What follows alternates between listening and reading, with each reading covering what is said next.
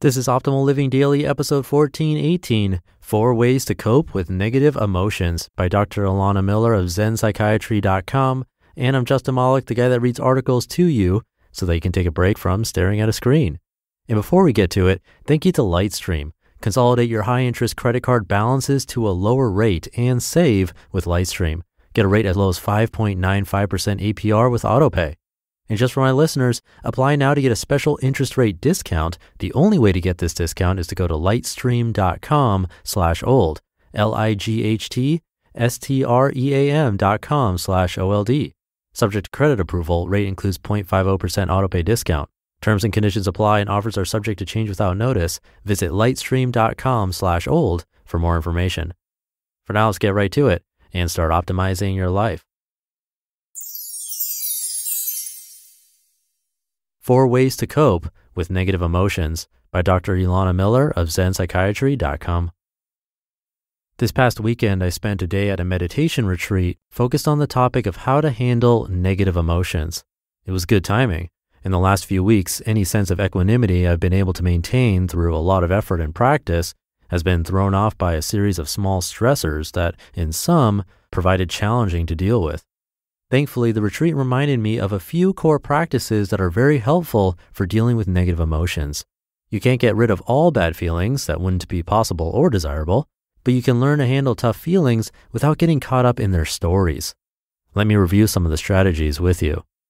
Number 1, examine the emotion. Often our negative emotions gain a lot of momentum because they're sitting just out of conscious awareness where our logical minds cannot refute them. Therefore, when you actually pay attention to the emotion, directing your mindful awareness to it, it loses a lot of its power. Pay attention to the experience of a negative emotion with all the care and rigor of a scientist in a laboratory. Examine the physical sensations that it creates in your body: tingling chest, numb hands, tight stomach. Notice if its strength shifts as you watch it. Label it under your breath: anger, fear, anxiety, getting stronger, getting weaker.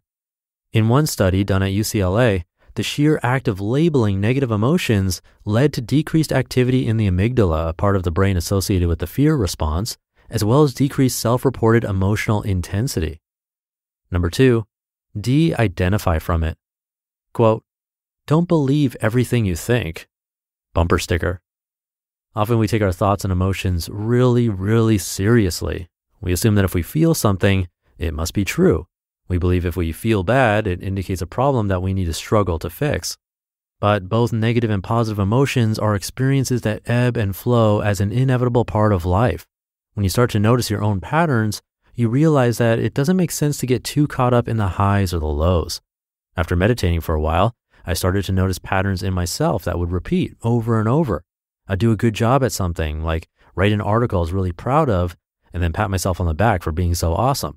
Then I'd make a mistake, like forget to pay my Visa bill, and chastise myself for being such an idiot.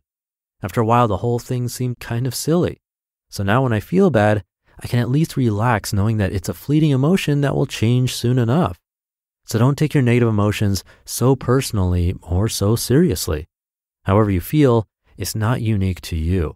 Think of negative emotions as experiences that pass through you rather than character traits that define you. Number 3, let it go. There's nothing wrong with negative emotions, and you're going to feel them from time to time, but sometimes enough is enough. This isn't about ignoring how you feel or pretending that a negative emotion doesn't exist.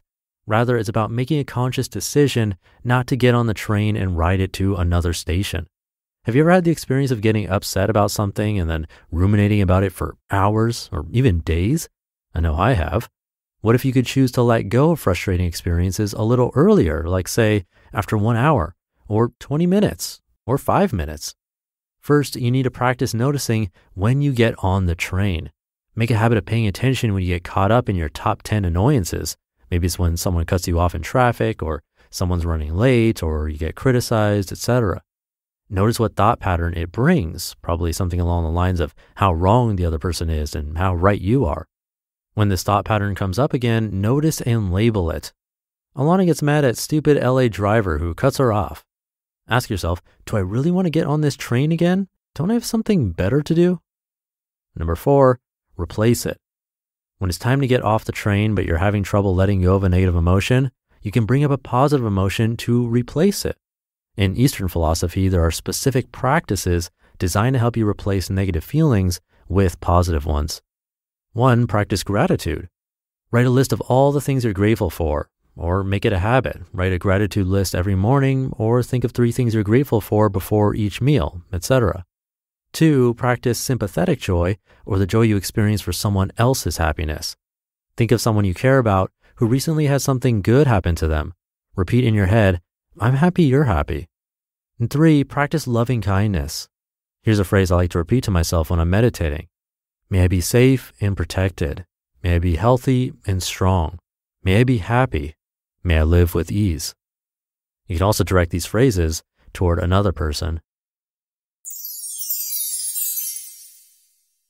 You just listened to the post titled 4 Ways to Cope with Negative Emotions by Dr. Elana Miller of ZenPsychiatry.com. And now the holidays are approaching, and you may be thinking about how you're going to save some extra money. Well, I've got a way that maybe you haven't thought of. Consolidate your high-interest credit card balances to a lower rate and save with Lightstream. Get a rate as low as 5.95% APR with AutoPay. Plus, your rate is fixed, so as rates continue to rise, your low rate won't budge. And just for my listeners, apply now to get a special interest rate discount. The only way to get this discount is to go to lightstream.com/old. lightstream.com/OLD. Subject to credit approval, rate includes 0.50% autopay discount. Terms and conditions apply and offers are subject to change without notice. Visit lightstream.com/old for more information. I'll leave it there for today. Have a great rest of your day, and I'll be back tomorrow where your optimal life awaits.